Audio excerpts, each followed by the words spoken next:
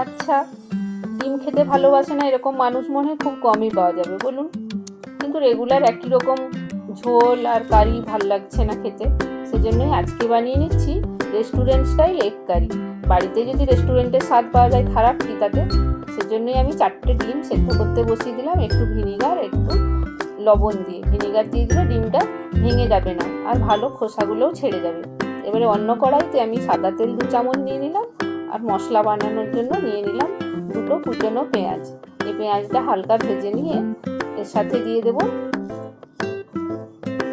1 চামচ হলুদ গুঁড়ো, 1 চামচ লাল লঙ্কা গুঁড়ো আর দিয়ে দেবো 1 চামচ ধনে গুঁড়ো। ধনে গুঁড়োতে স্বাদ আর গন্ধ দুটোই বাড়িয়ে দেবো। আর সামান্য পরিমাণে লবণ আর দিয়ে দেবো একটা বড় টমেটো। সবগুলো একসাথে ভালো করে ভেজে কষিয়ে নেব। কষানো হয়ে গেলে একটু জল দিয়ে দেবো এটা রান্না হওয়ার জন্য। এভাবেই নেড়ে চেড়ে একটু রান্না করে নিতে হবে। দেখুন কি সুন্দর কালার হয়ে গেছে। এবার জলটা দিয়ে একটু ঢাকা দিয়ে আমি সেদ্ধ হওয়ার জন্য টাইম দেব। ব্যাস সেদ্ধ হয়ে যাচ্ছে এটা। এই দেখুন জলটাও মরে এসছে, একটু জলটা মেরে দিতে হবে। আর ওদিকে ডিমটাও সেদ্ধ হয়ে গেল। ডিমটাকে আমি ঠান্ডা জলে তুলে রাখলাম। মশলা আমাদের রেডি, জল মরে গেছে। এবার এটাকে ঠান্ডা করলাম, তারপরে আমি মিক্সিতে ওই মশলাটা পেস্ট করে নেব একদম ভালো করে। এবারে ডিমগুলো ছাড়িয়ে নেওয়ার পালা। দেখুন কি সুন্দর ডিমগুলো গোটা গোটা ছাড়ানো যাচ্ছে, গোটাই আছে। আর ভালো করে খোসাগুলো খুব সুন্দর করে ছাড়ানো হয়ে যাচ্ছে। ডিম যদি ভেঙে যায় না মনটা বড় খারাপ হয়ে যায়। ঠিক আছে, এবারে আমরা রান্নাটা করে নেব।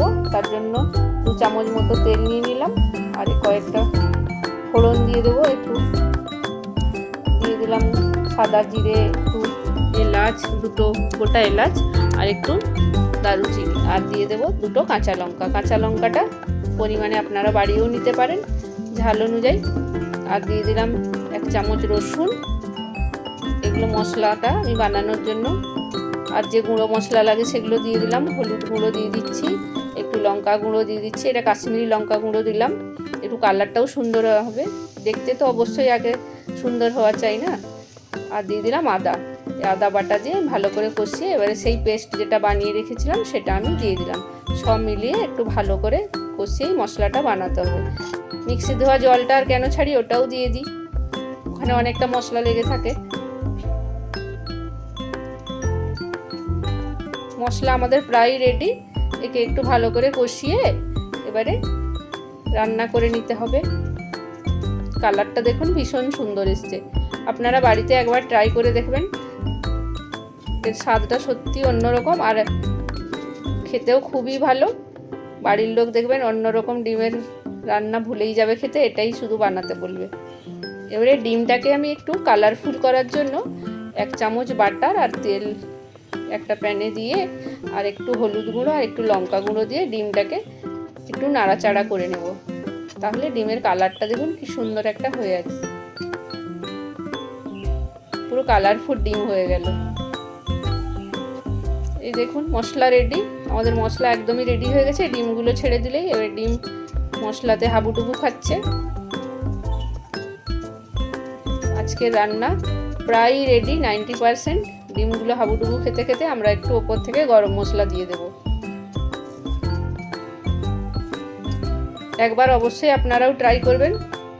আমি কথা দিচ্ছি এটা ভালো লাগবে ভাত রুটি সবার সাথেই। আর যদি রেসিপিটা ভালো লাগে অবশ্যই লাইক শেয়ার করবেন,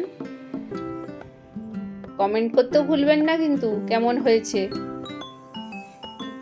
ঠিক আছে, আজকের মতো টাটা। আবার দেখা হবে অন্য কোনো ভিডিওতে।